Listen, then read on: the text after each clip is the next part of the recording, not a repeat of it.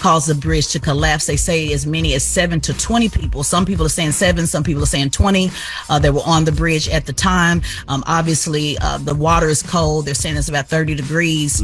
That water that folks are possibly in. Now they're trying to figure out if they're able to rescue these folks. It's still dark outside, so they're waiting, on the sun to come up. So we haven't got any updates on if anybody's been able to get pulled out of the water.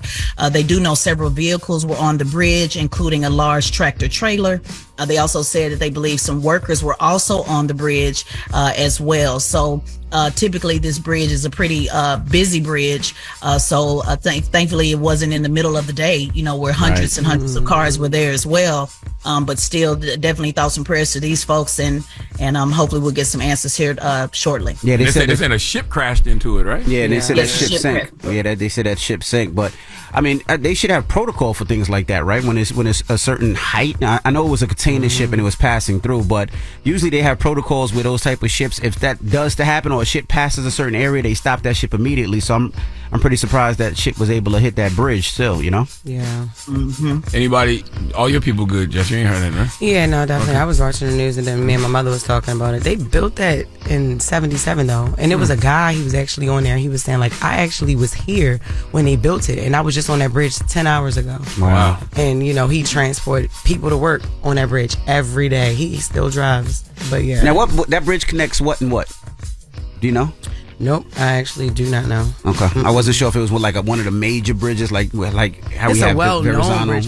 George Washington, like connected. It is 1.6 miles long though. But when you hear stories like this, the first thing you think, because remember a couple of weeks ago, I'm not gonna say no names, but somebody in our group chat sent us a very famous bridge here in New York, right? And they kept the caption was the bridge is falling apart. You can see it. I kept looking. I looked at that video 6-7 times. You couldn't see nothing? No. I couldn't it was see breaking from the bottom. Like how we know it just wasn't debris falling? Yeah, because they were doing construction. Yeah. I'm not sure. I ain't seen no construction being done, but I'm just saying it looked like it was like cracking from the bottom. It was like breaking. So when I saw that video and then I hear this story this morning, I'm like, it's crazy. Well, what's the reason? I just don't want to think that bridges are collapsed. So when I hear that the ship crashed into it, I'm like, okay, that makes sense. It makes sense. You know what I mean? It ain't just like the bridge is just falling. Right. Yeah, but and I also want to let you know, to answer your question, Envy, you wanted to know what it connects to. It says it serves the outermost crossing of the Baltimore Harbor, and it is essentially link of the Interstate 695 or the Baltimore Beltway. Yeah, so there's gonna be a lot of traffic. There's gonna be a lot of detouring. People ain't gonna be able to get to work. People ain't gonna be able to travel if they going up and down. I guess from New York down there, or how they travel that route to go to the south. That might be difficult. But let's jump into Trump. Yeah, so let's talk about that. So Trump update, as per usual, trying to keep it with all these cases. Now, Donald Trump, yesterday, they decided to the appeals court reduced his bond from $464 million to $175 million. Take a listen. An appeals court reducing the bond in his civil fraud case by more than half to $175 million. The trial judge had set it at more than $450 million. What they do is they do election interference, which is court cases, and let's try and tie him up, and let's take as much of his money as possible. I respect the appellate division for substantially reducing that ridiculous amount of money. With no lenders willing to cover the staggering penalty while he appeals, Mr. Trump was facing the prospect of New York's Attorney General seizing his iconic properties and bank accounts as soon as today, but now has 10 days to come up with the far smaller bond. Mr. Trump saying he has the cash. Are you going to start putting money into your campaign? Well, first of all, it's none of your business, frankly.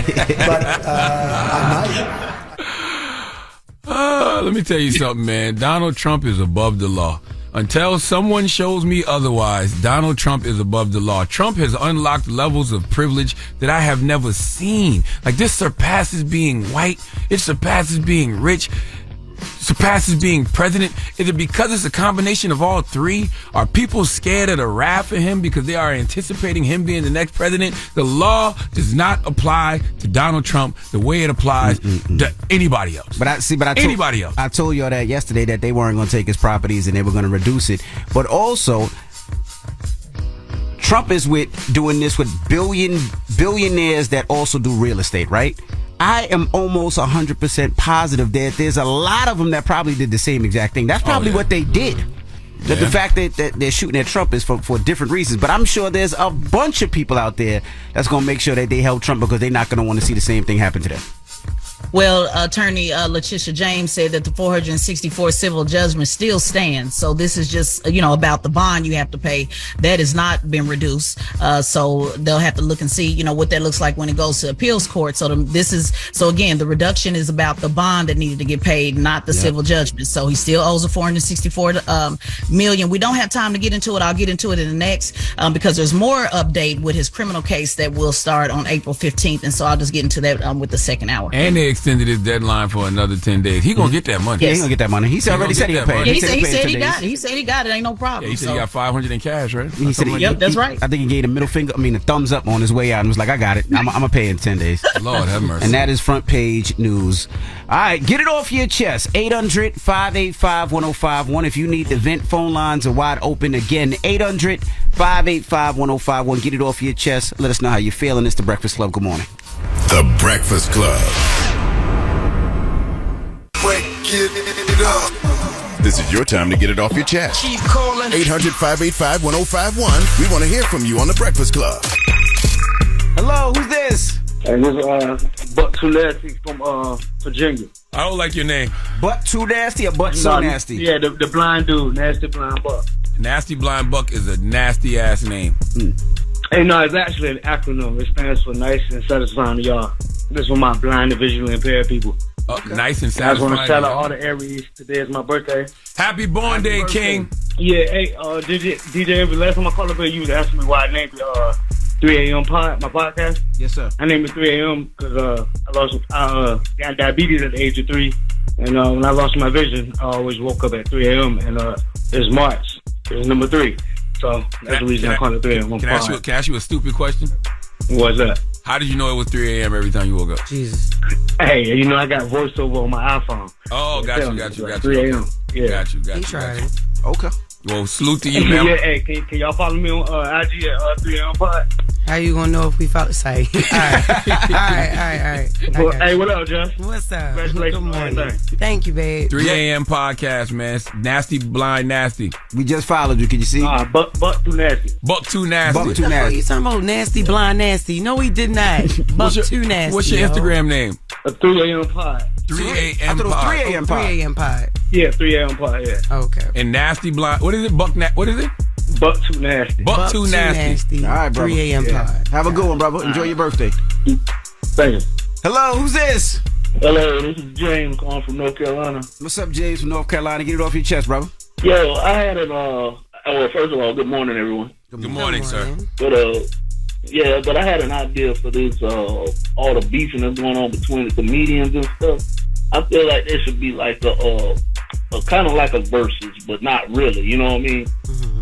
Anybody that comes that feels that they need to show their worth and whatnot, and that they're really the baddest comedians, they enter this competition, and instead of going by votes, they just have like a laugh meter. You know what I mean? Like how loud and how often the crowd reacts, to the jokes and whatnot, and then whoever gets the most, they win or whatever. They consider the top dog. See, that's the thing, though. They not really even joking. They Exactly. going at each other like this is the streets. You know what I'm saying? So I wish it could be like that too, brother. I really wish it could, but these people are far past jokes. They got beefs with each other. Yeah, I guess you're right. And by the way, this ain't about jokes anymore. This is personal. Yeah, and it's a good idea. But all that's going to do is make the person even madder. If I go up there and I get more laughs than you, now I'm going to really have more ammo and be more venomous towards because this is really about who's funnier from the jump anyway, but they just start insulting each other. It's about who's funnier and who stole what and who didn't help the other. So and none of them think they funny. None of them think the other is funny. I know. Crazy. And it's going to show when you get mad. Get it off your chest. 800-585-1051. If you need to vent, hit us up now. It's The Breakfast Club. Good morning. The Breakfast Club. It's a new day. This is your time to get it off your chest. Wake up. Whether you're mad or blessed. It's time to get up and get something. Call up now. 800-585-1051. We want to hear from you on The Breakfast Club.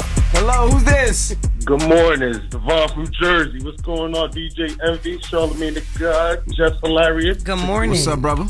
Good morning. Yo, just want to get off my chest. Charlamagne was talking about everybody being sick right now. To be honest, my mother gave me a scare yesterday. She, bronchitis and all that stuff.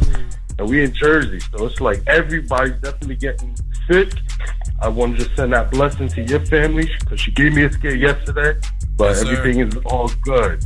And the crazy thing, when you have kids, it's like a domino effect. You see one get it, then the other one get it, then your wife get it, then another one get it, and it's only a matter of time before you get it. Yeah.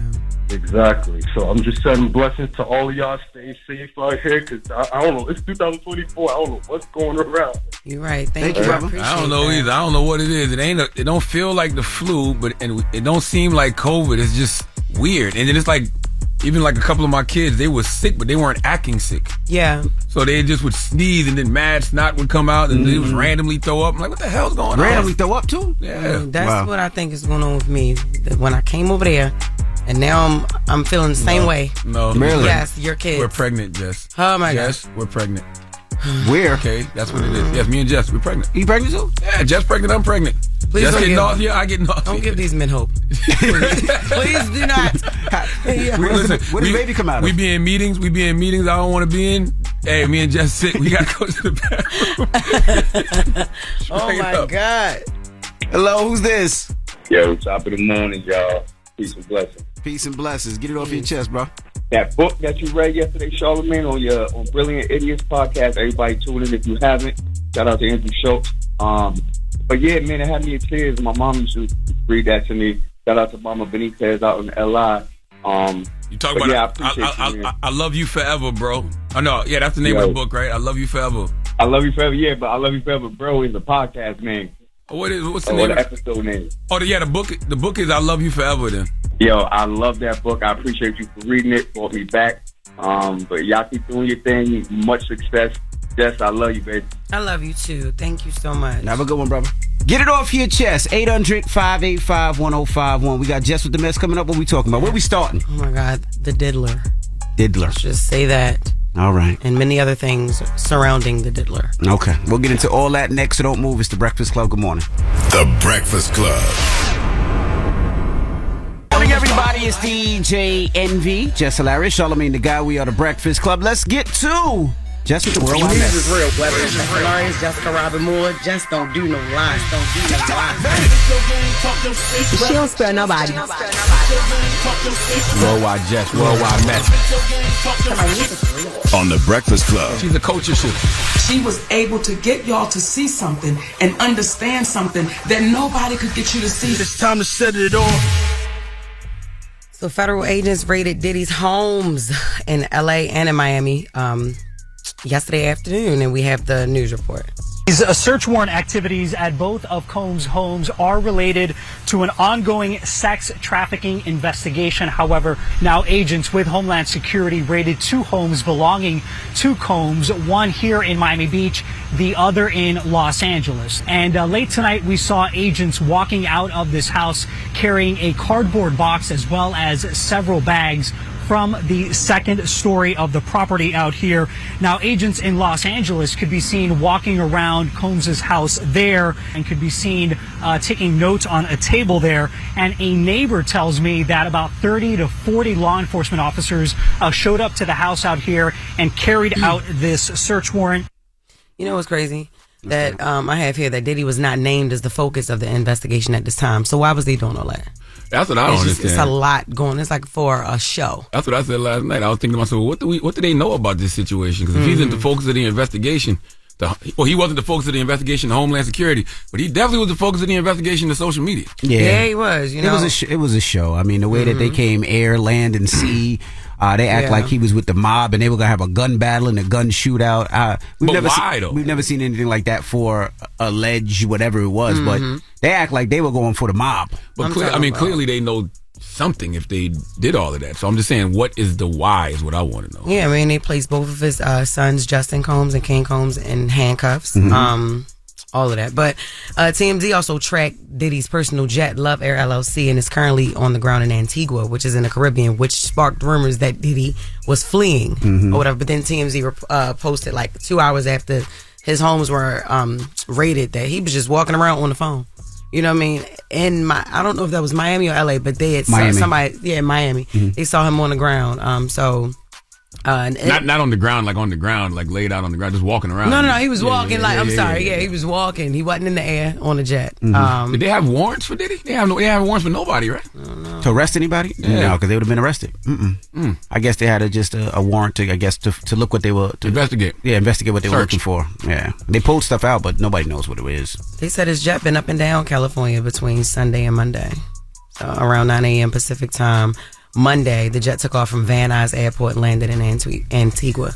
And then they bothering Carisha online. I seen on X, somebody said, well, where Carisha at? Like thousands of people reposted it. And she said, right here, what's up? But I'm just like, Carisha, you don't have to say nothing. Like, you don't. You really, really don't. No, like, don't say nothing because F these people. You know what I mean? Can I say that? Yeah. Okay, yeah. And you said they were chasing Diddy's jet. A lot of people that actually own jets, when they're not using it, they charter it out. That's how the jet pays for itself. Yeah. So it's like if Diddy's not using the jet, they charter it out to different people, employees or whoever it may be, and they pay for the jet. That's what a lot of people do. So that's probably why the jet was moving like it was. It feel like we watching a TV show. Yeah, and absolutely. and the TV show just starting to get good. It's continuing here. And we about to figure out what the hell's been going on. At the peak of power. Yeah. Right now. Crazy. Yep. So that is that. More updates will be available soon. Russell Simmons also reported served in Bali. They went to Bali and served him. Drew Dixon is one of the women accusing Russell Simmons of sexual assault. She claims he raped her back in '95. Russell Simmons denied those claims and said she was a liar. He also insinuated that the people accusing him of sexual assault were looking for fame and a payday. Because of those comments, Drew Dixon is now suing Russell Simmons for defamation of her character. She claims these comments negatively impacted her professional and personal life in a massive way. I didn't know they could serve you out the country. I thought that was the whole purpose of leaving the country. Yep. Yeah, and I think that was at what I read. Right, I think that was at his resort, at Russell Simmons' own resort, and they had to go through security and had to pay to stay there and all that. So they were really trying to serve Russell. Really. So Drew Dixon, she is a former music executive. Yes. Okay. Did not know that. I think she's been on the Breakfast Club before. Oh. Okay. Yeah. Well, man, this is crazy. Do we have the audio from? Yeah. This is the crazy thing. Before we play this audio, I know everybody mad at this girl, but Candace Owens has said this like a long time ago. Like actually not a long time ago, but a minute ago about this whole takedown of the rap or hip hop nation or whatever. She said it.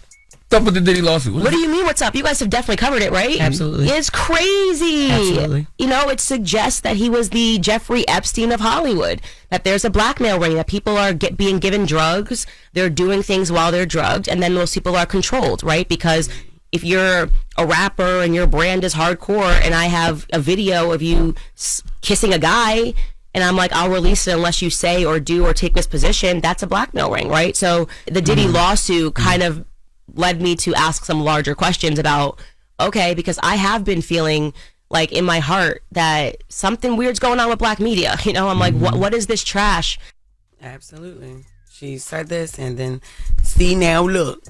Like how the kids be. You say, I see, I told you. Yeah, say. You ain't gonna be able to tell Candace Owens fans nothing about Candace Owens now. I know, right? Lord have mercy. She said that on Breakfast Club last week. She been saying that on her show for the past month. Said it on her show. Now this is happening. Lord have mercy. Lord. There's something going on with like everybody though, like a lot going on. Yeah, and we don't know nothing. Nope. That's the reality of the situation. We like really don't know. You said that yesterday when I reported the Kate Middleton story. It's like you don't know what to believe. No, you don't know what at all. But it's crazy. But regardless of anything, if these women were affected, if they were sexually assaulted, you want to see, you know, justice for those people, absolutely, hands down. And I don't want to say Drew Dixon was on. I thought she was on. I'm not 100% sure. I don't want to say that. On what? On Breakfast Club. Was she on Breakfast Club? I can't remember. I don't remember. All right. Well, she wasn't up here when I was here. So No. It'd have been like 12, 13 years ago. But yeah, Jesus. But like you said, anybody affected or sexually assaulted, you want to see. But justice. you know what muddies the waters? None of this would be so confusing if social media would just let things play out. But that's not the way social media works. Because, you'll have so many stories and they'll just be wrong For example, the whole thing about Diddy fleeing the country. Correct. Yeah. You know what I'm saying? Because you hear this, right? Diddy's house got raided. Then now Diddy's fleeing the country. You're like, oh, shoot, what did he do? Oh, He did something then. Yeah. You know, but then you come to find out none of that was true. So But then you're like, well, what happened? Yeah, but also if it wasn't for social media, do you think a lot of these people would be charged? Do you think the pressure would be on for the government to file charges, or would it just But sweep it under the that can work under both the ways rug, too, you know? though. Because you know nowadays you got people that'll direct folks to law enforcement. You know what I mean? And towards innocent people, right? Like have a bunch of people just flood just call for no reason. Exactly. You think it's jokes and funny. Yeah, Yeah, absolutely. That's true too. But I definitely feel like the internet is a gift and a curse, though. It's definitely a both, gift and you a know, curse. so you can't have 100%. good without evil. You know what I mean? Lord, I don't know about that either. I've been wondering about that my whole life. What's but I that? get some. With things like the internet. and No, I'm stuff just talking like about in general. Can you? Do you have to have evil with good? Like, do they have to go hand in hand? Some type of way. I guess, right? Yeah. Yeah, because everybody's not good. You know, people want to see people's downfall. Everybody's not, Yeah, but right. you have evil things. People do bad things that don't make them bad people. You know, Yeah. you got good people that do. You got bad people that do good things sometimes. Like it goes hand in hand. I think what we're all trying to say here is we don't know. No. But we are watching. That's right. What I know is I'm a good person, but I do bad things sometimes. So. That's a good way to describe it. That's a good way to describe it. Bad is subjective, though. Yeah, but I don't want to be a bad person trying to do good stuff. Why? No, That's probably what it. More than likely, that's what it is. We're all bad people born into sin, and we're trying to be good. Don't say way, because I don't remember nothing I did that bad that made me. I'm just saying, no, but we're born into sin anyway, right? Yeah. No, we're gonna have to pass. Oh my that. God, we did. We was. Man, shut up. I forgot about that. I forgot about that. I was born. I forgot. I hate Jess. And we spend our whole lives attempting to be good. Oh my God. Okay. That is Jess with the Worldwide Mess. All right. When we come back, we got front page news. Cezlin Figueroa will be joining us. It's the Breakfast Club. Good morning. Wake up. Wake up. You're locked into the Breakfast Club. Morning, everybody. It's DJ Envy, Jess Hilarious, Charlamagne the Guy. We are the Breakfast Club. Let's get back in some front page news. What up, Tiz?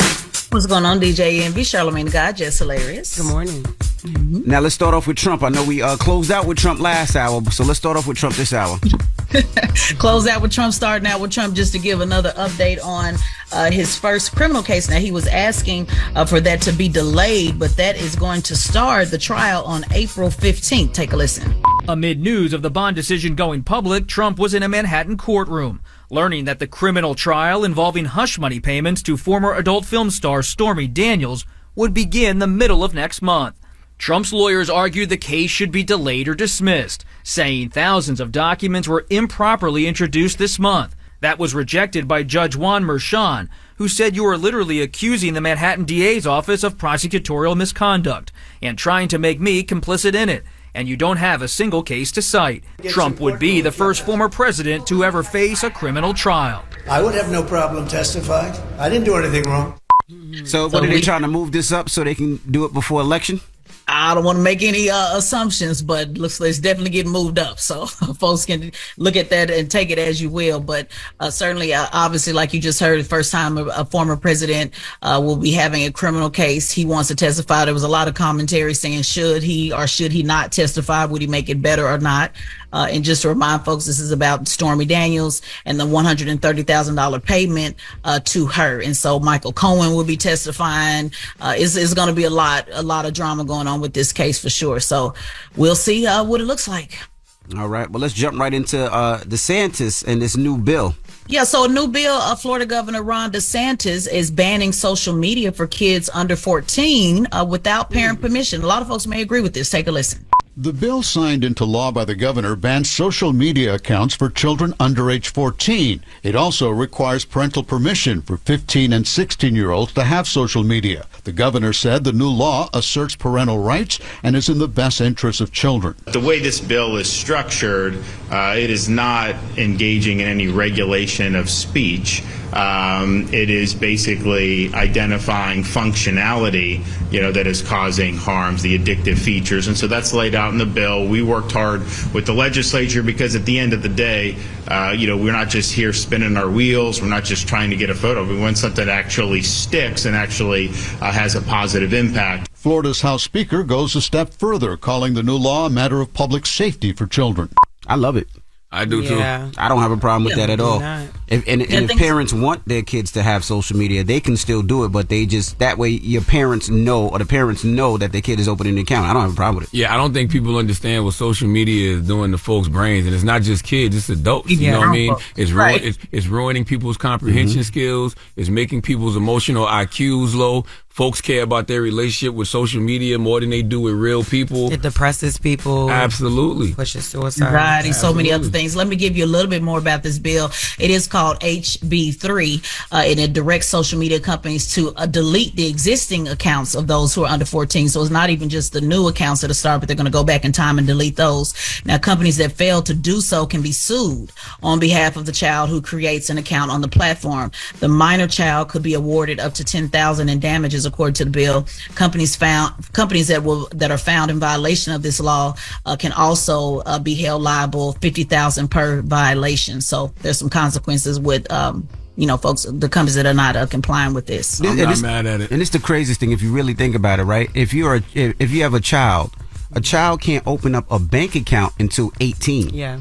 But you can open up social media at 14, so you can't start putting your savings in a bank until you're 18, but you can open up a social media account at any age? That's crazy. Yeah, man. What do you guys think about, though, like if the kid just, because when you open up an account, you can just put in any date. Do you think that, that's really stopping the children? I mean, I can't wait till they put some real rules and regulations on social media so these kids can't get on it at all. But I'm just as concerned about the adults. Because people wake up every day trying to prove something to strangers they don't know and a bunch of bots. It's lame. Like I don't know, man. I'll be happy when they unplug all this stuff. And then you can see who needs therapy and who doesn't. You can absolutely see who needs therapy and who doesn't. You can all your insecurities are on full display on social media, and you be sitting back looking like that person needs to go do some internal work on themselves. That's right. It don't got nothing to do with no external circumstances around them. That person needs to go do some work. That's right. All right. Well, thank you, Tiz. Absolutely. And make sure you follow at Tesla and Figaro on all social media platforms and subscribe to the Straight Shot No Chaser podcast on the Black Effect iHeartRadio podcast network.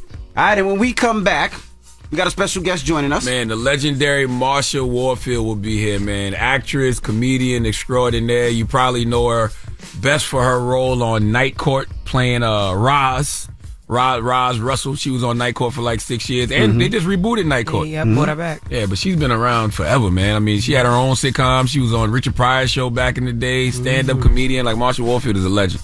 All right, and we're going to kick it with her when we come back, so don't move. It's The Breakfast Club. Good morning. The Breakfast Club.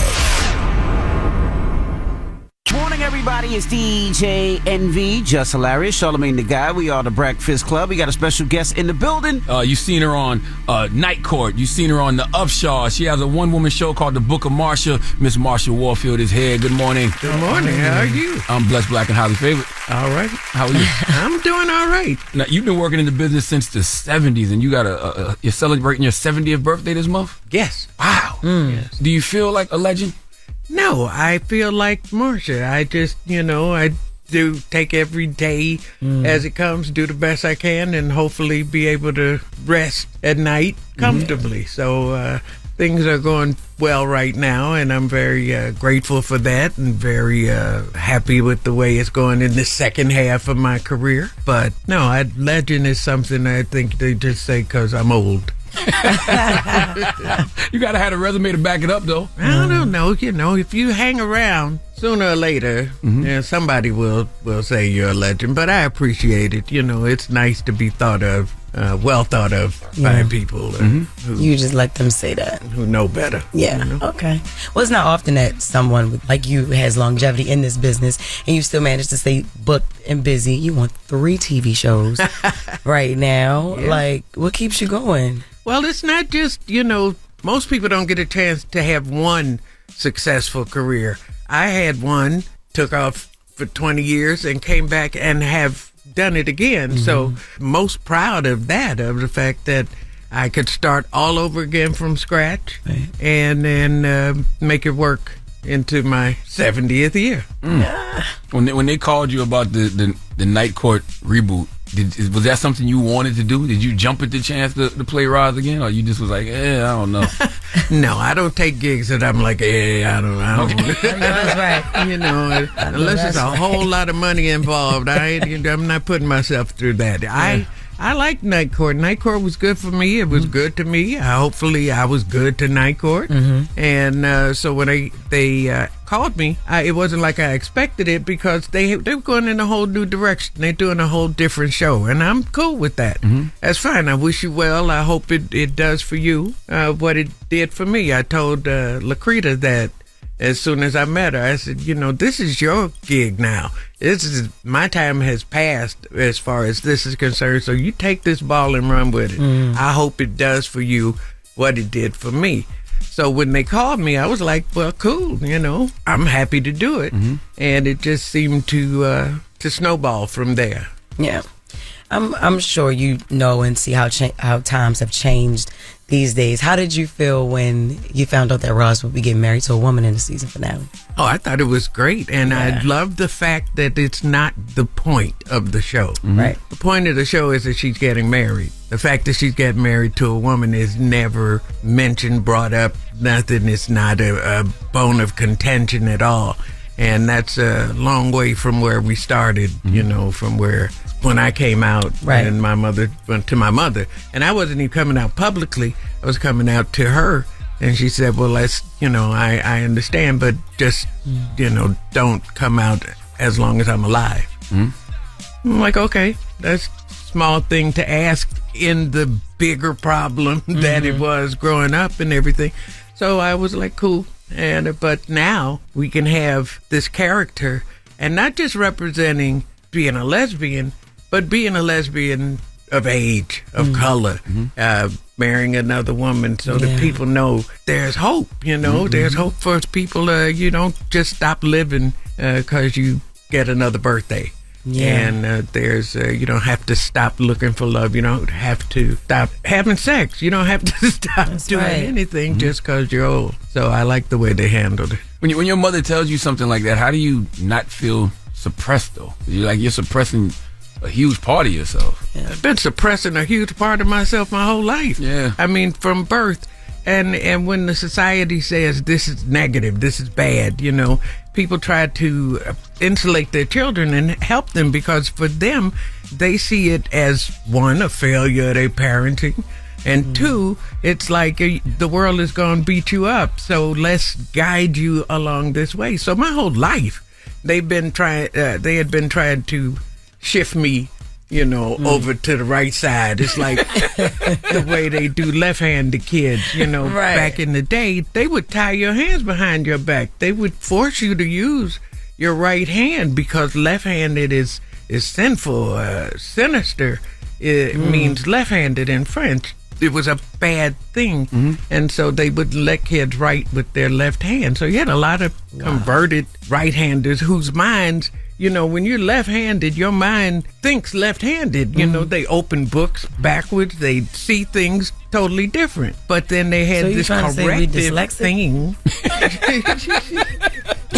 Because I'm left-handed, and I've opened the book the right way. No, but I've seen left-handed people open it the other way and go from the back to and it's not that they're reading from the back, it's just that's how they see it. They try to shift your whole mind. And the same thing when you see your kid your kid is gay from birth. The little boy cries whenever you put him in a blue something and he look, I love the pink.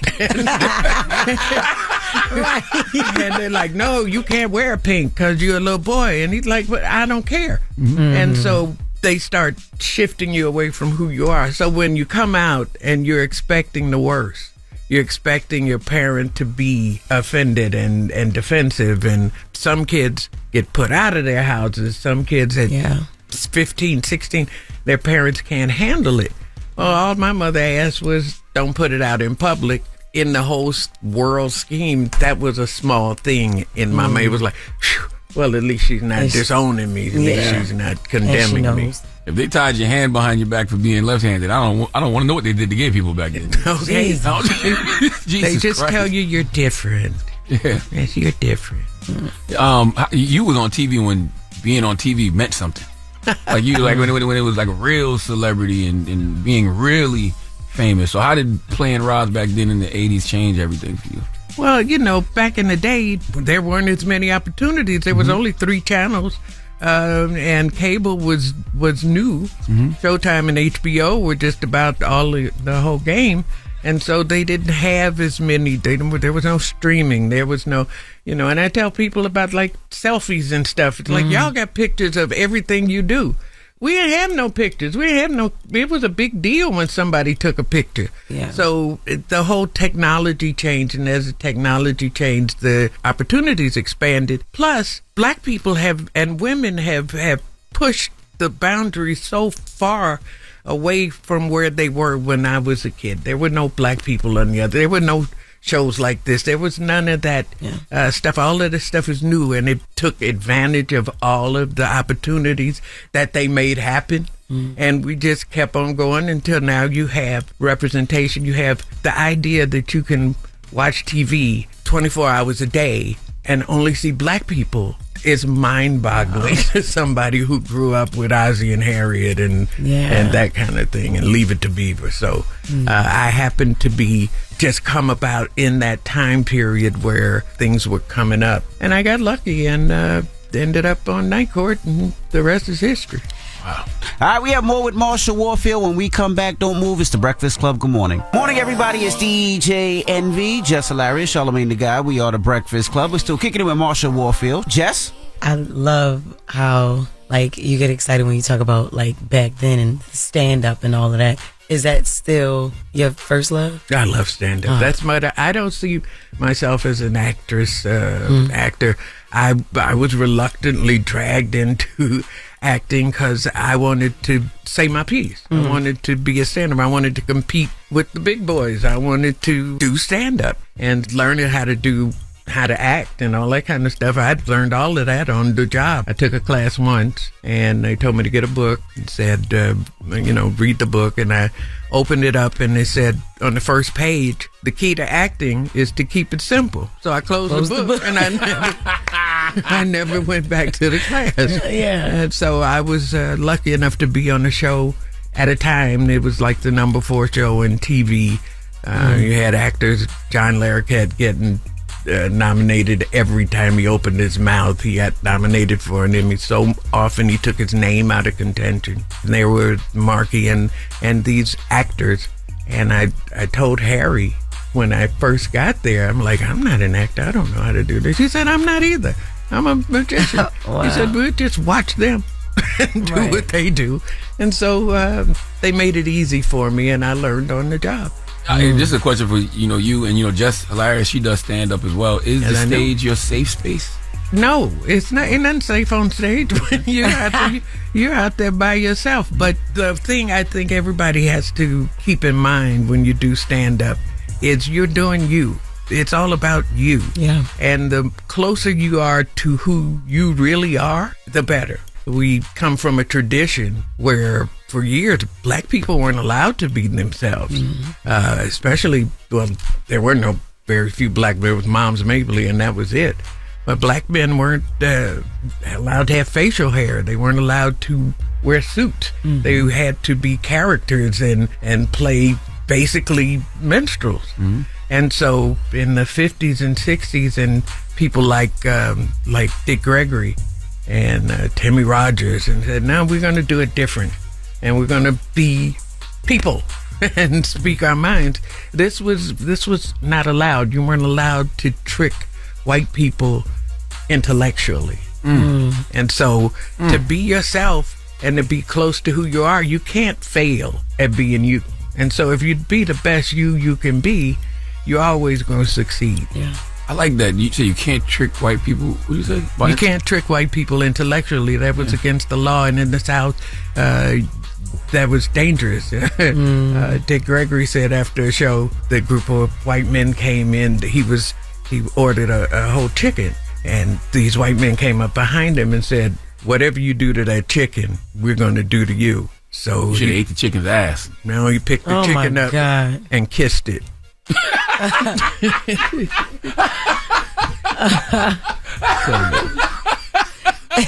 What happened?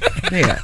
So that was the climate, and again, he won by tricking the people for tricking them. Yeah.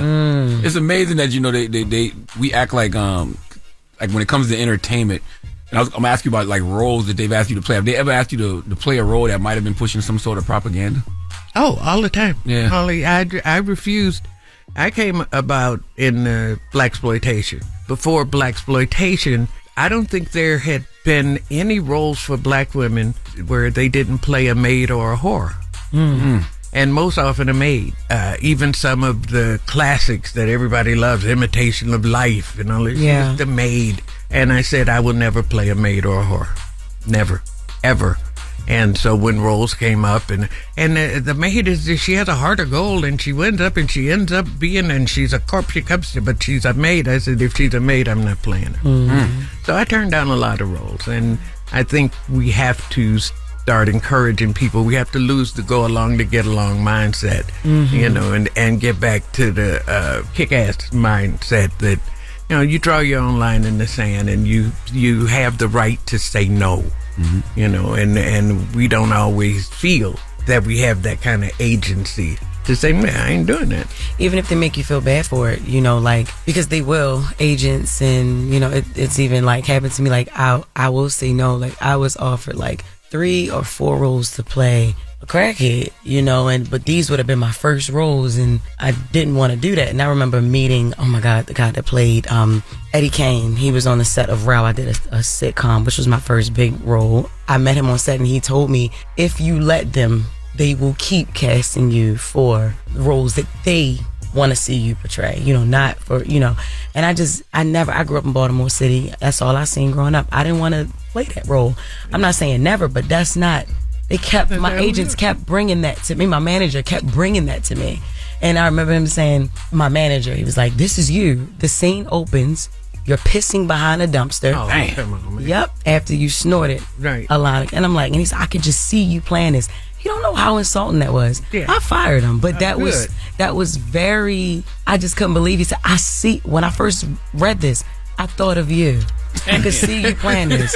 I'm like, damn. We forget they work for us. Yeah. You don't work for your manager, and they take the position that you do work for them, and that you have to do what they say, and you have to let them know, no, I'm the boss of me. Yeah. Like I said, do you. I'm doing me. I'm not doing what you see me as. So, no, that ain't gonna work. Well, tell us about your one-woman show, the Book of Marsha. People always told me that I should write a book, and I'm like, I'm not a writer, I'm a stand-up. So if you want to know my story, you have to come see me do stand-up. And I can tell you better than I can write it down. And I didn't want to go through the ghostwriter thing and have somebody else write my story, and I approve it. So it's a kind of autobiographical stand-up. I grew up on R&B. I'm a big R&B fan. That's my thing, and so I sing a lot, and I'm not a singer, but I have music in the show. You know how you have a party? There's always music playing, but at about 10 o'clock or so, that auntie comes in and say, okay, that's enough of that bang bang noise. Let's put on some music. Play my record. And everybody goes, what's a record? And she, don't get smart with me, boy, and play my record. I'm that auntie. And this show, it's like a theatrical show, but it's like coming into my kitchen. She always takes her place in the kitchen, that auntie, and starts talking about everybody else's food and stuff. Right. It's like, so that's the way the show hopefully feels, like you've come into my party at the time where it was down now to the real people and not just the people you have to be fake with. One last question. Is there anything on your bucket list career, like for your career that you want to do that you haven't done yet? My one-woman show, The Book of Marsha, I want to do as a one-woman show and have that be a special. Yeah. I'm working to make that happen in the future. And then from there, I'm just grateful for every opportunity. I've been blessed more than I appreciated. When you're in the struggle and trying to make it, you think nothing's happening, but when you look back on it, it's like, dang, I was doing a lot. Right. And so I just want to keep on growing. I don't want to grow old gracefully. I want to grow old badassedly and just That's right. kick the door in and keep on living until can't live no more. That's right. Ms. Warfield, it was a pleasure. We could sit here and talk to you for hours. Thank you for your wisdom. Yes, right. Thank you for coming. It's Marsha Warfield. It's The Breakfast Club. Morning, everybody. It's DJ Envy, Jess Hilarious, Charlamagne the God. Good morning. Yo, we what's on the happening? Breakfast Club. Salute to the legend Marsha Warfield for pulling up, man. Really appreciate her. Great conversation. And I just want to remind people that if you love podcasts the way I love podcasts, the second annual Black Effect Podcast Festival is happening Saturday, April 27th in Atlanta, Georgia. Salute to everybody who joined us last year, man.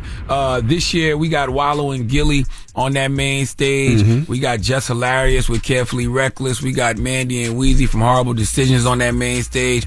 Dre and Lex from the Poor Minds podcast will be on that stage. My good sister Debbie Brown, she'll be there doing her Deeply Well podcast. So we got your mental health and mindfulness covered. Will Lucas will be there doing Black Tech Green Money. So we'll have your financial literacy covered. And the Ball Alert podcast, they'll be there as well. And we got like some really, really great panels, man. We have the Business of Podcasting panel, John Hope Bryan and Damon John. They're on those. What else? There's another panel that I can't quite remember right now. But go get your tickets. Okay, to blackeffect.com/podcast festival. I'll go to eventbrite.com to get your tickets, man. And we'll see you in Atlanta on April 27th. Yeah, shout to salute to my wife. Yeah, we're bringing our podcast back, actually. I think this week we're going to start recording this week. We had to stop it because my long-term nanny left. She went back to Ecuador, and for the last, I would say, maybe, the green card expired? No, she went there to she opened up her own business, started her family. Okay. But now she's back. She actually came back after like 2-3 years. So, not having a nanny when you got 6 kids is difficult. My wife running one way and I'm running the other way, but now she's back. So now it gives a little freedom to do things that we need to do, like the podcast, and people are excited about that. Who's back? My nanny. Oh, you had a nanny after before. like 3 years, yeah, because she went back to Ecuador, and and we didn't have a nanny, because finding a nanny is very difficult, because you have somebody to watch your kids, drive your kids. Yeah. Oh, she just got back. Yeah, she just got back a couple days ago. Somebody nanny always live out of the country. They always be from other countries. Yeah. Where y'all going? Like scouts to other countries? What's up with her credentials? She good? She's a citizen. She's an American citizen. Okay. She's an American citizen. She's got to make sure. No, she's American citizen. Just got to make sure. No, she's an American Don't make citizen. me call my people. What people you gonna call? What people you gonna call? Well, who you gonna call? I'm just saying, don't make me call my people. I just want to make sure is all I'm saying. No, Irma's an American citizen. Hermes? Nice. Irma. Irma. Hermes. I know that woman ain't no damn Hermes. Didn't name the woman. If her name was Hermes, that means Envy and Gia adopted her. Hermes. Like, ain't nobody named no damn Hermes. I said Irma. Okay. All right. Well, Ashana, salute to Ashana too. Ashana Ayers. Drop on the clues mom for Ashana Ayers. That one includes moms. Includes moms. Oh, you said moms. Shout out to Ashana. What up, Ashana? Ashana's going to be on the How to Make Money in Podcasting and Build Brands podcast at the Black Effect Podcast Festival. So it'll be John Hope Bryant. Salute to Denise Bennett too. What up, Denise? Ashana? Damon John. Ashana Ayers, and it'll be moderated by Will Lucas. So go get your tickets, man. blackeffect.com/podcast festival. They're on sale right now. All right. Now we got Jess With The Mess coming up. What we talking about? Yes, New York is trying to make it legal for people to cheat. On what?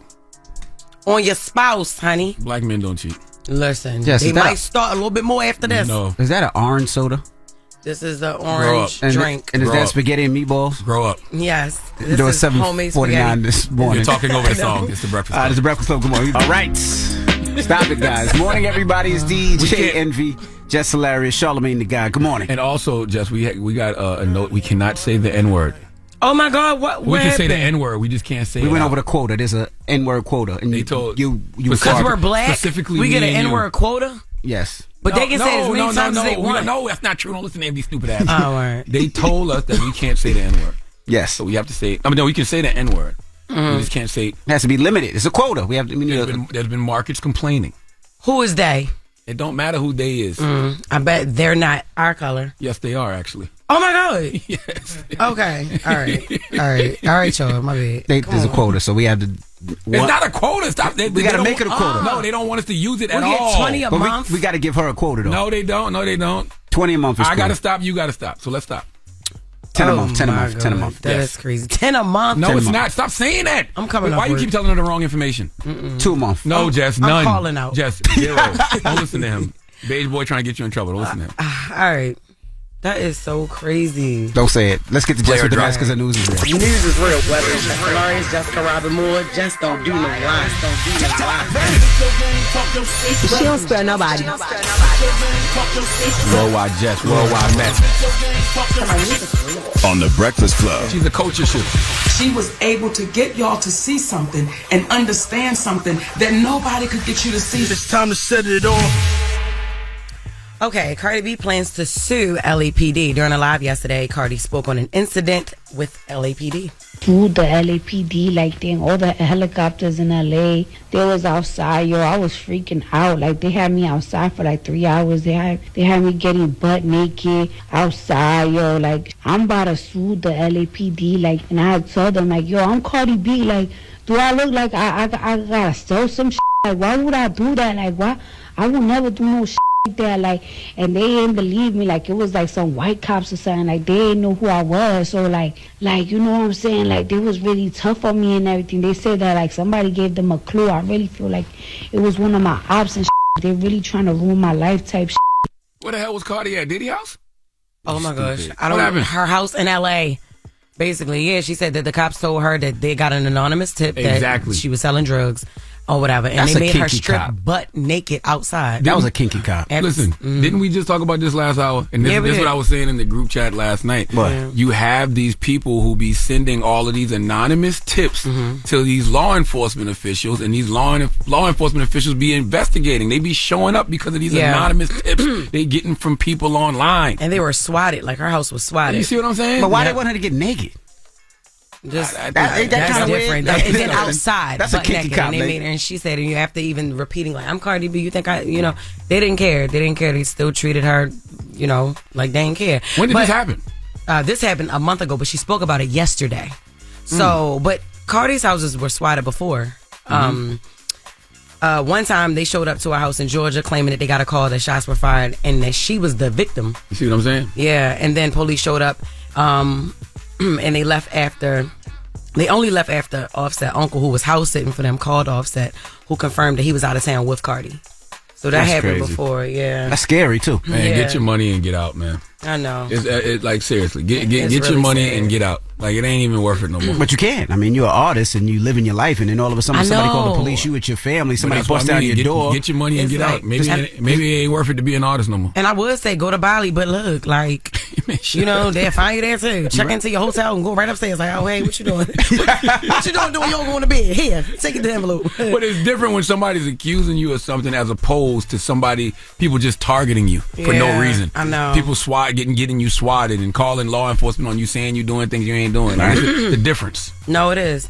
But I don't know about this case. Simone Guobadia, I keep calling this man Simon Guobadia claims Portia Williams brought a gunman to their house.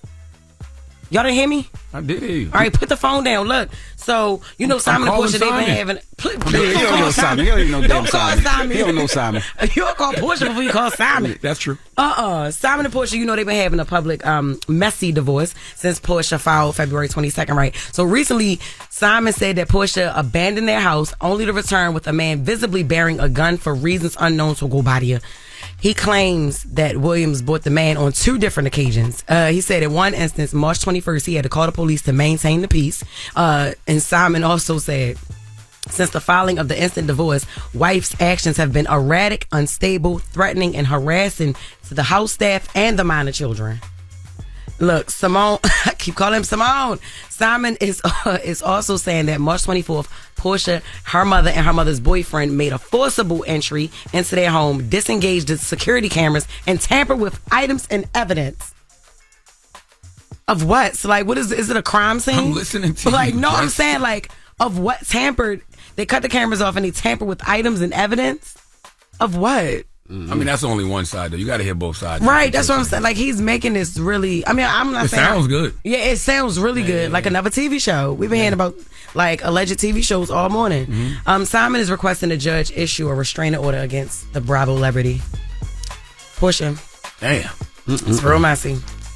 Who the F did I marry? Can he prove any of this? Oh, my God. I don't know. And I think, you know, if any of it is true, it kind of makes you look bad if your ex-wife felt like she had to have protection when she came back to the house.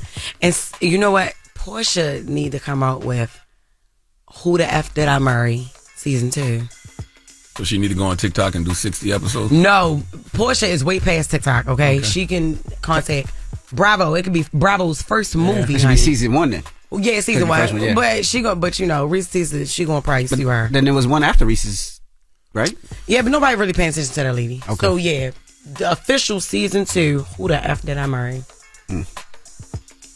I had another story, but y'all talk too much, so I gotta push it. This is Jess with the Mess. We ain't saying nothing. Yeah, y'all been talking since I came back in Y'all here. been talking. But it's alright. I'm gonna push it to the Next hour. Yeah, next hour. All right. And Charlamagne, who you giving your donkey to? Man, 4 after the hour, we need a congressman named David Throne to come to the front of the congregation. He is a Democrat from Maryland, and we need to have a word with him because he's out here using racial slurs in Senate hearings. We'll discuss. All right, we'll get to that next. It's the Breakfast Club. Good morning.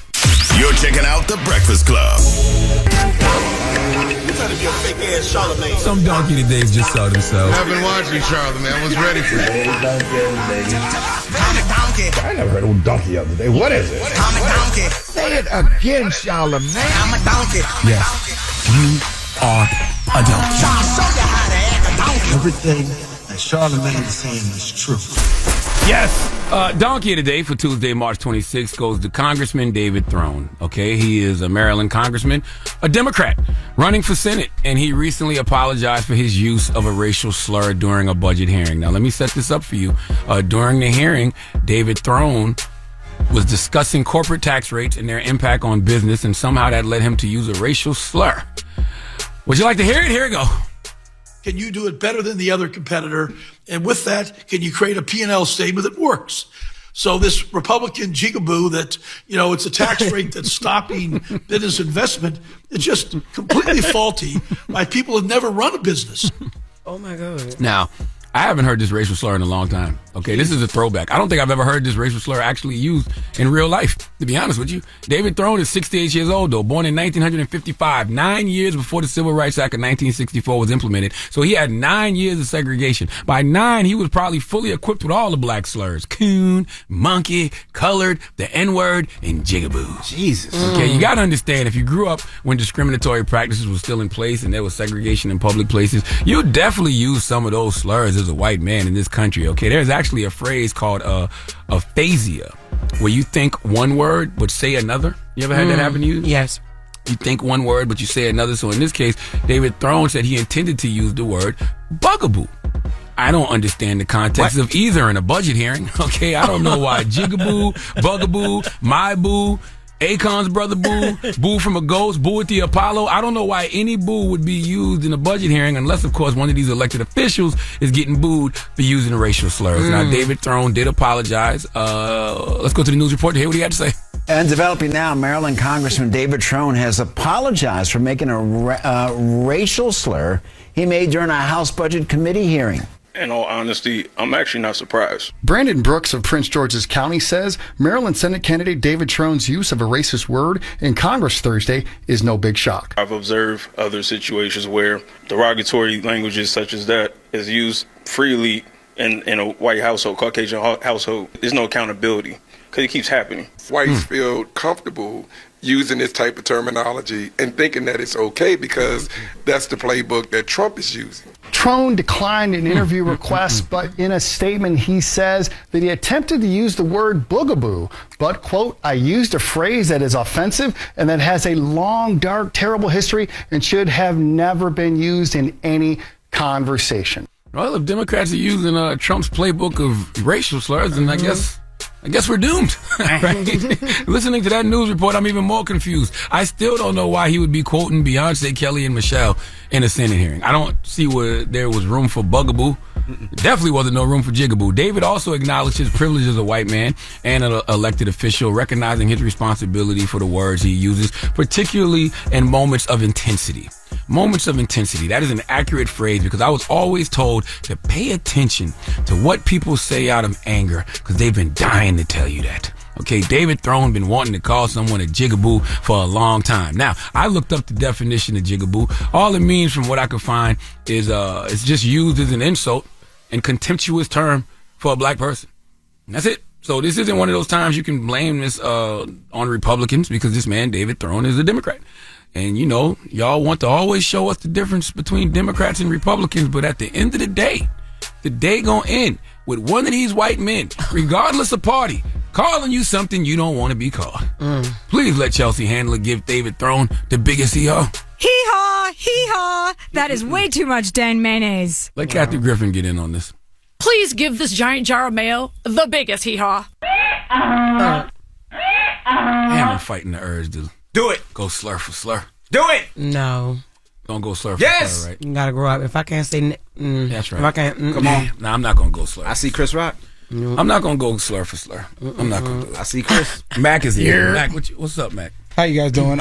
Big Mac is here. Yeah, I heard the donkey. Why you don't play wobble when Big Mac walk in the room? No, it's gonna take too much time up. Okay, what happened? But I heard the donkey, and I was thinking to myself, you know, people make honest mistakes, like you said. He's used the term a lot, and it upset us. It upset me when I heard it. But you know, with black people, you make things easier when they are in song. Okay. You know what I mean? So you know, with the power of Chat BET, I was curious of what it would sound like. Chat BET. Yeah, it's the black version. Oh my god! I was curious of what his slur would have sounded like over a song. Maybe I wouldn't be as mad. I'm gonna regret this. I want to hear it. Let me hear it.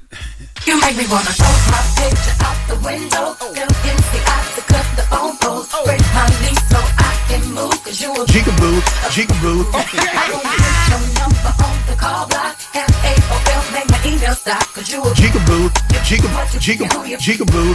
Hey, cool. Go ahead. If you're gonna ban TikTok, I want Chat BET banned immediately.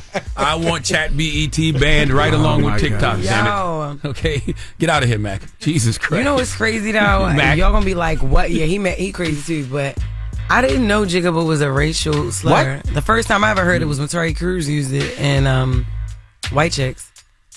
Oh, you're right. Like, get this Jigaboo out of my face. Yeah, you don't hear it that much. Yeah, No, that's like old racist. Yeah, you don't hear it that much. Yeah, see, that's what I'm saying. I didn't know that. It don't really hit, to be honest. It's vintage racist. It don't. It hit what he said, kind of though. cute. No, he didn't. Yeah, like you a Jigaboo. A little Jigaboo. Yeah, because if anything, I think about like Jay-Z, like Jigaboo. Listen. Like, I don't know. All white men out there with black girlfriends. If you dating a black, Don't do that. Don't do that. Do not call Don't her do that. no damn Jigaboo. Just try it and see what happens. Okay. And say it casually. I was watching the Dr. Umar video. I'm lying. I was watching the Dr. Umar video, and he said that was a good way for interracial relationships to be strengthened. So if you're a white man, you dating a black woman, just say that to her. Like, what if hey, good evening, Jigaboo. What's up? Change your name in your phone. Change your name in your phone. You see, I play too much. Just see what happens. You'll get somebody Just hurt. see what happens. All right. I did not know that, though. Thank you for the donkey of the day. Just see what happens. Nope. And better record not. it. Record it when you do. That's the good TikTok challenge. Jesus. Hey, Charlamagne told me to say No, it. that ain't got nothing to do with this. I got this from Dr. Umar. I'm lying. I am totally against it. All right. Now, when we come back, Tim Ross will be joining us. Yes. Pastor. And Ross, he's got a new book out called Welcome to the Basement, an upside down guide to greatness. All right, and we're going to kick it with him next. It's The Breakfast Club. Good morning. The Breakfast Club. Morning, everybody. It's DJ Envy, Jess Hilarious, Charlamagne the Guy. We are The Breakfast Club. We got a special guest in the building. Yes, indeed. Podcaster, preacher, author. Ladies and gentlemen, Tim Ross. Welcome. My man. Good to see y'all. How you feeling? Good morning, Chilling, brother man. Ross. Chilling. Good to be here with y'all. Yes. Absolutely. The name of the book is Welcome to the Basement, an upside down guide to greatness, man. Talk to us about that title. Yeah, so The Basement came from this vision I had when I was 30 years old. The nutshell is that everybody thinks that the way to success is up, but I found that the way to success is down. Since the Bible is the most upside down book that's ever been written, we realize that, you know, the way up is actually down, the way in is out. The way to live is to die. The way to get is to give. So just giving people that countercultural idea of what it is to really press B and go down to the basement. I heard you speak about the Bible and how you feel like people are so judgy, but don't necessarily understand and realize the judginess that we are. Those are some of the people that we are discussing in the Bible. Yeah, for sure. Break that down a little bit. What I love about the Bible is that the Bible has zero chill in the way that it pins the people that were in it, right? Like Abraham has faith and he's a liar. Like Moses is a great prophet and he's a murderer, right? David is a man after God's own heart and he had his homie killed and impregnated his wife. the writers of the Bible have no chill in like chronicling who these people are. And I just feel like as a body, as a church, if we were as honest as the Bible that we read, people could find themselves in the story. I think it gets crazy when you get to Sunday and the preacher is trying to act like he's not as fallible as the people that we're reading about in the Bible. Right. So it's interesting though, right? Because you're born without sin, right? We're born in sin. Even as a child? Oh, absolutely. I mean, think about it. When a baby is born, you don't have to teach that joker how to lie. Like that comes in lying. Yeah, but really because they don't sort of know any better. But if you instill, what I'm saying basically, if you instill a lot of these things into children early on, can't they possibly not make any of those mistakes that we just talked about? Can they possibly know lying is wrong? Right. Damn sure. I ain't never killed nobody. Right, yeah, for sure, absolutely. So can't you keep them from making those mistakes and being those kind of people? Oh, absolutely. But again, we're talking about the nature of a person when they're born. And this is why in scripture we talk about being born again. We are born into sin. We are born again into salvation or into righteousness.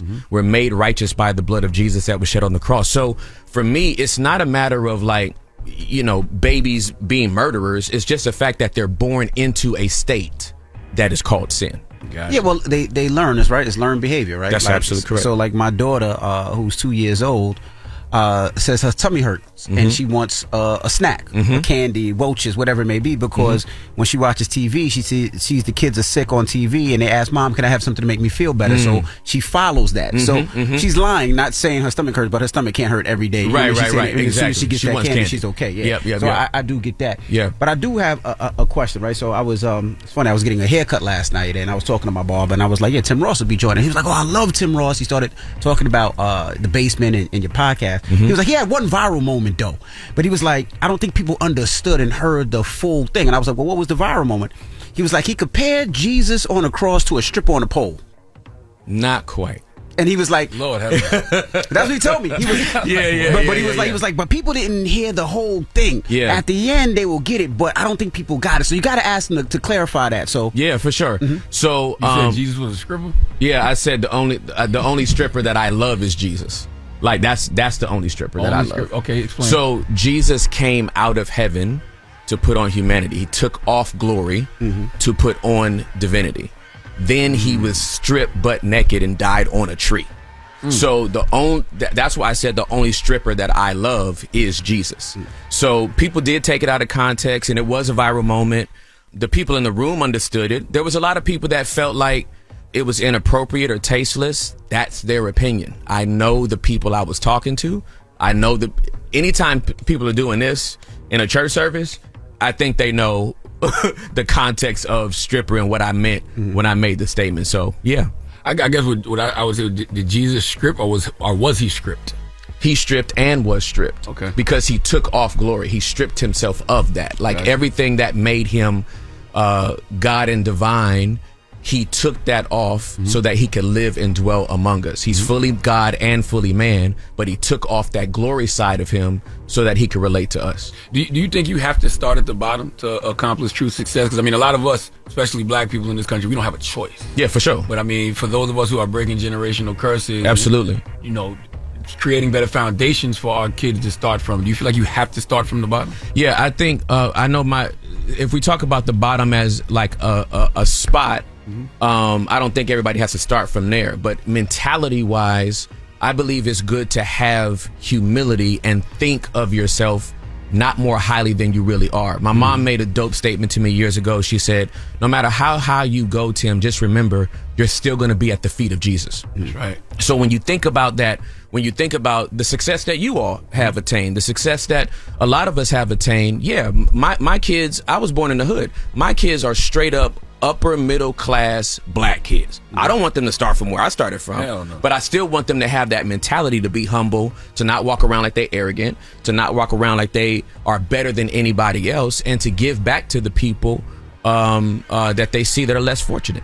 But that's regardless. I think that's anybody, no matter how much money you For make, sure. that's what you want for your kids. That's what we want. Yeah. And that's the mentality that I teach in that book. And I guess we're all starting at ground zero, right? Because even if you create a great foundation for your kids, they still have to go out there on their journey. Facts. So they're still starting at Absolutely. zero. Yeah, absolutely. So yeah, that's my mentality for it. Talk to us about chapter 4, the off of a maybe. What is off of a maybe? Yeah, bro. So it's one of my favorite chapters in the book because Jesus died for you, for everybody in this room, everybody in the world, off of a maybe. Like, first of all, if I was Jesus, you wouldn't have no choice but to serve me. If I die for you, you're going to serve me. Like, there's not going to be no hey, I'm gonna give you free will, envy. You got a choice. I'm gonna haunt you.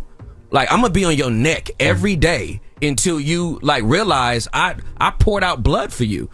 But Jesus went to the cross knowing that some people are still not gonna accept him, that some people are still gonna mock him, that some people are still gonna act like he didn't do what he did. And to me, that's an extravagant gesture, to die for somebody knowing they might do it and they might not, but I love them so much I'm gonna do it anyway, and hopefully they get the revelation of it.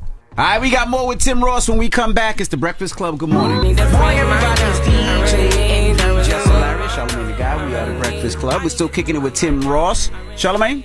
I talked about the language of, I guess pastoring is dead because, we had Ty Tribbett up here. Yep. And, that's my homie. Ty's a good brother. He said that the church was whack. So I think the institution of church is whack. I think how church is ran is whack. I think the religious system and structure is whack. I don't subscribe to it, even though I grew up in it, I benefited from it, but I learned that God is not the church. And once I realized, whoa, God ain't church, that for me, you know what I mean? I ain't from the streets, I'm from the church. So that was a huge thing as well. Everybody took that line. Yeah. The church is whack. But what he was saying was the church should be about the people, but the church makes the people about the church. They're not serving and loving the people. Right. So his initial statement was, man, the church is whack. Yeah. But here is the reasons why. Yeah, but nobody, y'all know this, nobody listens to the whole thing for context anymore. Yeah. The 90-second soundbite is the whole message now. Yeah. It's the message for you, it's the message for you, it's the message for me. Nobody goes, oh, I wonder what Charlamagne was talking about. Let me go listen to I wonder what DJ Envy meant. Let me go listen to the whole thing. Nah, your 90 seconds is the whole conversation. Ty Tribbett is the lead pastor of a church in Orlando. So if the nigga said the church was whack, he talking about himself. Right? He would be saying his church is whack. That's not what he was saying. But nobody listens for the period anymore. They just listen to the comma. And that's just the nature of social media right now. And what do you think? What did you think about his comments? Do you agree? Yeah, of course I agree. Okay. Now, because I know he wasn't generalizing, but he's talking about specific churches. What I love is that he didn't name them. You know what I'm saying? Like, the best way to counteract a whack church is to have a real one. I ain't got to name, like, y'all ain't got to get up here and talk about the other stations. Like, don't listen to the other stations. We the best.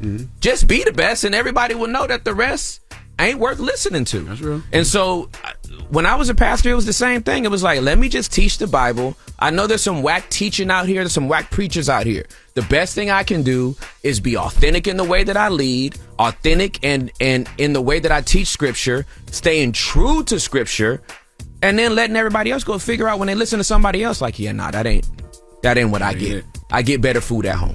You think the business of church has hurt the quote-unquote church, where you see pastors getting arrested, you see so many things going on? You think that's hurt church so much that people don't know if they can actually trust a preacher, pastor, or church? Yeah, for sure. That's part of the incongruence that really breaks my heart, right? Is that it's the same thing with police officers, right? My mother worked for the LAPD for 30 years. I went to school, studied to be a homicide detective. That's what I wanted to do with my whole life. And so when you see what happens to George Floyd and what happens to so many people across this nation, and then they say all police are whack, it's like, well, that's not true, right? In the same way, you see a pastor get arrested, you see a pastor get exposed for this, that, and the other, and then it's like, all pastors are like this, and it's like, it's not true. The foul I call on the people that are like, that's why I don't go to church. I'm like, y'all got food poisoning before and still went back out to eat. Like, you know what I'm saying? Nobody said, home cooked meals from now on. You know what I'm saying? I'll never go out. I'm never doing Uber Eats again. Never Right. gonna have a DoorDash. No, you just don't F with that Chinese food place no more. But don't say you gonna write off all restaurants. Right. So in the same way, it's like, don't say all churches hurt you. That one did. That one on the corner. So go find another one. And if you really got hurt, go to therapy, get over that little hurt, and then move around. Now, did you really, I'm just going back to the cursing one more time. Did you tell people you were going to stop cursing because you got backlash from the church? No. Not from backlash from the church. Okay. I did not. First of all, let me give you context. I used strong language on a total of 4 pods. Total. Okay. The way they replay that thing, you would think I was Dave Chappelling every episode of The Basement I ever did. Like, what's up, mother effers? Welcome to The Basement. That wasn't the case. I talked to a dear friend of mine who I appreciate his church, and he had a lot of his congregants that were concerned that I used strong language on my podcast, that they listen to the podcast and they attend this person's church. After I finished talking to him, I was like, bro, it ain't that serious. Like, I don't want you in your welcome center answering questions about your friend who has a podcast. So I'm not dying on that hill. And because I still preach for a few of my friends in churches, I just decided to back off from using strong language on the mic. That wasn't even far enough for the people that don't like me. Oh, because they want me to say it's a sin. It's not. It might be your conviction. It's not a sin. I've never come close to using it in the pulpit. We could talk about some preachers that do, right, and have. They're on church milk. It ain't that serious to me. The Bible says curse the devil, though. well, okay. So let's talk about the difference between cursing and cussing. These are not the same thing. Break it down for me. A curse, CURSE. You mean like roots, voodoo? That's what that is? Yeah, like cursing that's a real thing. Like cursing is scriptural. Cussing is a matter of language and who won the last war. But I thought witchcraft ain't supposed to be in part of this either, though. No, witchcraft is definitely a sin. Yeah. Scripture is clear on that. So when you say curse the devil, how do you curse the devil? CURSE. Because I say Satan in a minute. I've been saying, that's been an affirmation of mine all my life. Whenever I get my anxiety attacks when I was a child, I used to say, I love Jehovah God. I grew up Jehovah's Witness. Yeah. I love Jehovah God and His Son Jesus Christ. I love Jehovah God and His Son Jesus Christ. I love Jehovah God and His Son Jesus Christ. Satan, Satan, Satan. Yeah. I've been saying that since I was a child. Yeah. Sounds like you cursing. How was that wrong to devil curse the devil? Well, you said that as a kid? Cursing? Yes. As a child in my brain, I would say that. Wow. First of all, I'm trying to figure out where the scripture is that actually says curse the devil. I know, I might have just made that up. I think you did. I'm running a reference in my head. I'm like, that don't even sound familiar. Like, I don't even remember that verse. But what I will say, though, is word curses are a real thing. People, again, have had issue with my strong language. I'm not here to defend it. Or, again, their convictions are different from mine. No sense in going around the bush. What I will say, though, is I've had more hurt at the hands of people in church that have never used a curse word, but have gossiped, lied, backbitten, spread rumors, spread lies. That's what scripture talks about when it says, don't use filthy communication. It's talking about those types of things. So for me, I'm trying to just be authentic and true to who I am and the people that I feel like I'm called to. What's one main message that you hope people get from reading this book versus listening to your podcast? My hope and prayer when they read the book is that the world will literally be turned upside down with the message, love, and hope of Jesus Christ. And that they will spend the rest of their life trying to upset others. I talk about being a do-gooder in that book all the time. And the world is already cynical. And if we could just show our good deeds to people, we could soften the hearts of both men and women and give them a proper perspective on a loving God. Because he really is loving. Like, he loved the world so much, he gave his son.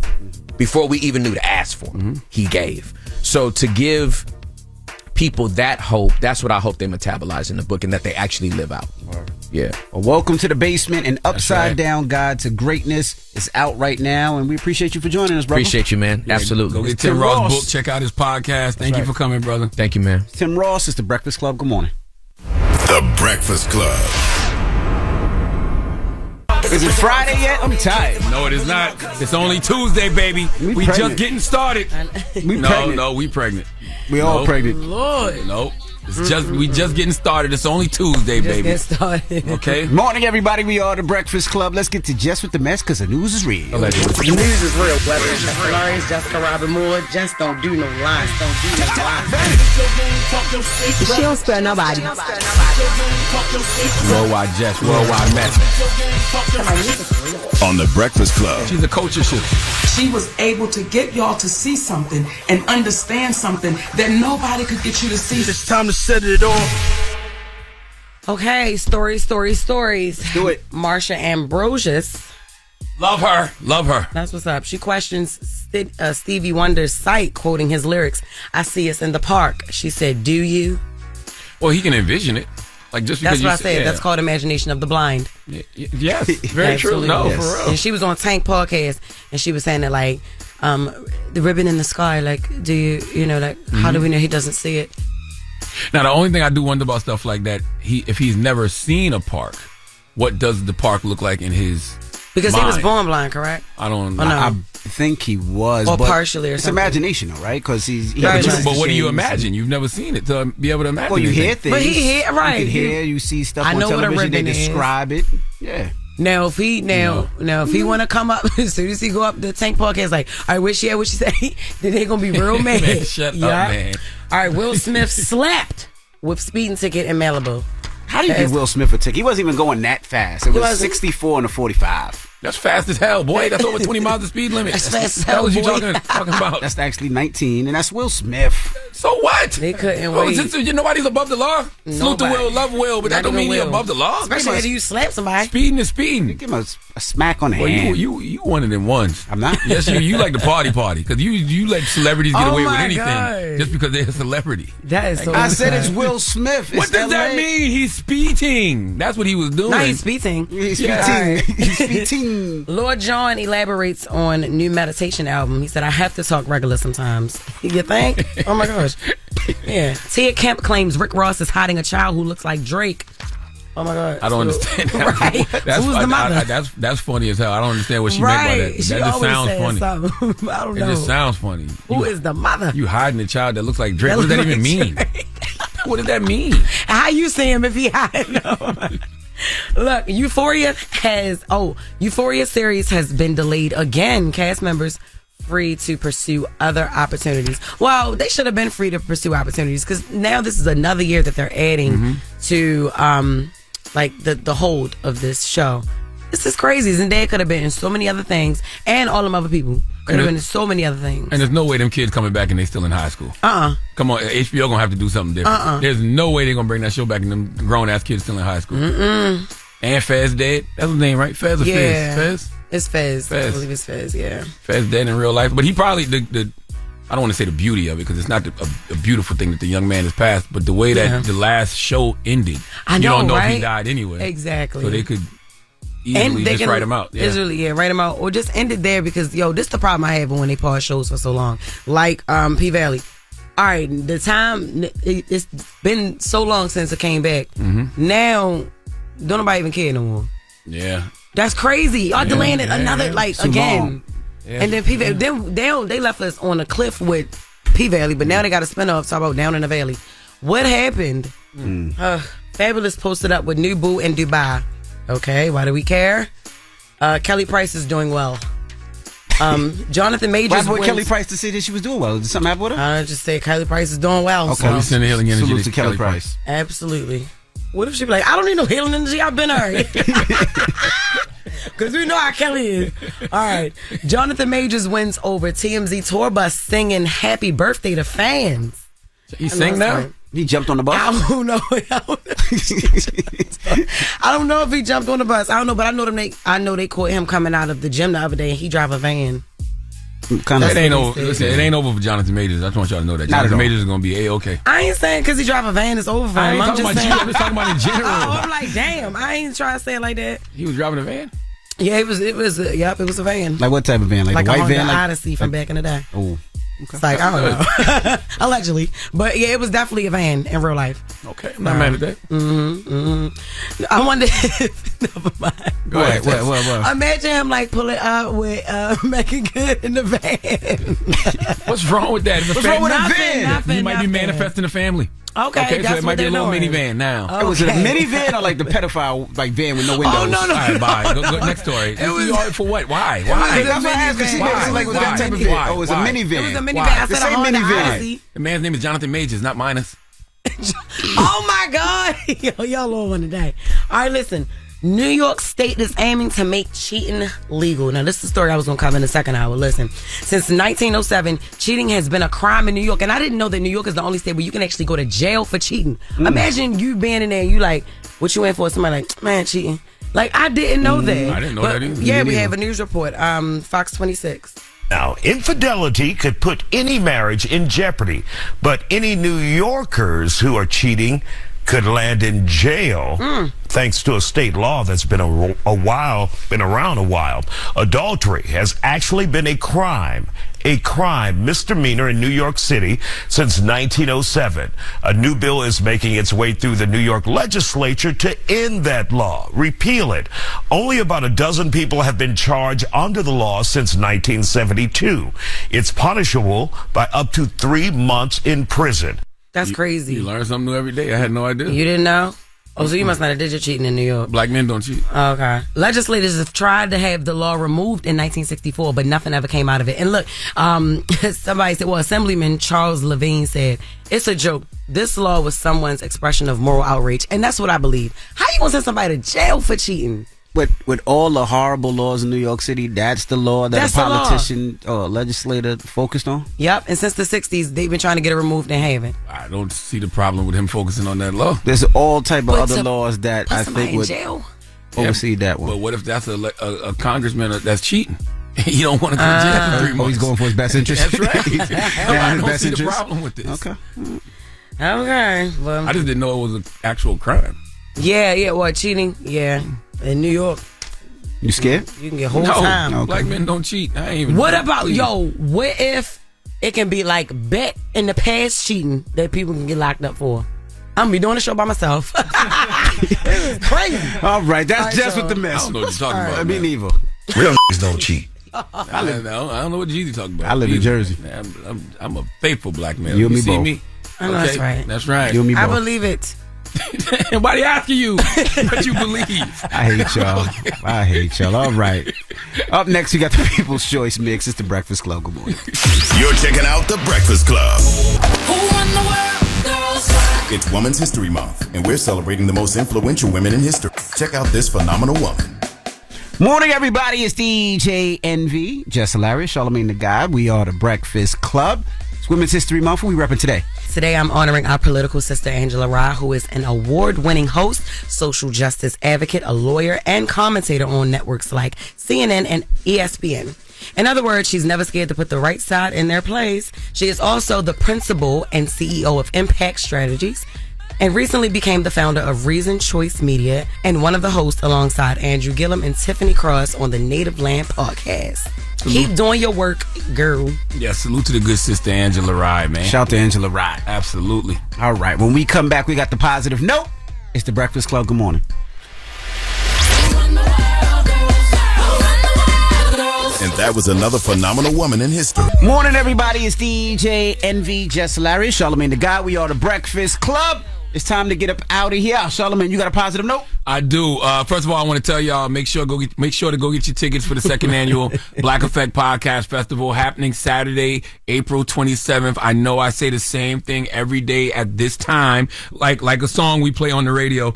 But go get your tickets, eventbrite.com or blackeffect.com/podcast festival. Okay, see you Saturday, April 27th in Atlanta. If you love podcasts the way I love podcasts, if you attended the Black Effect Podcast Festival last year, same thing, just a different set of podcasts on that stage. Ciofalo and Gilly, they'll be on that stage. Jess Hilarious will be on that stage with Carefully Reckless. The Poor Minds podcast will be on that stage. It's hosted by B. Dot and Pretty V. Mm-hmm. So we'll see you Saturday, April 27th in Atlanta, Georgia at Pullman Yards, okay? blackeffect.com/podcast festival or eventbrite.com to go get your tickets. Now, the positive note is simply this. I believe the best thing I ever did in my adult life was start digging deep. Okay, start digging deep, going to therapy, doing the work, and asking myself why I am the way I am and why do I do things the way I do. It takes a lot of work and intentionality, but getting to know yourself on a deeper level will help you thrive. Trust me. I like that. Thank you. You've like 2 in a row. Yes, that came from you, didn't it? No. Oh, my God. Breakfast Club, bitches! Y'all finished or y'all done?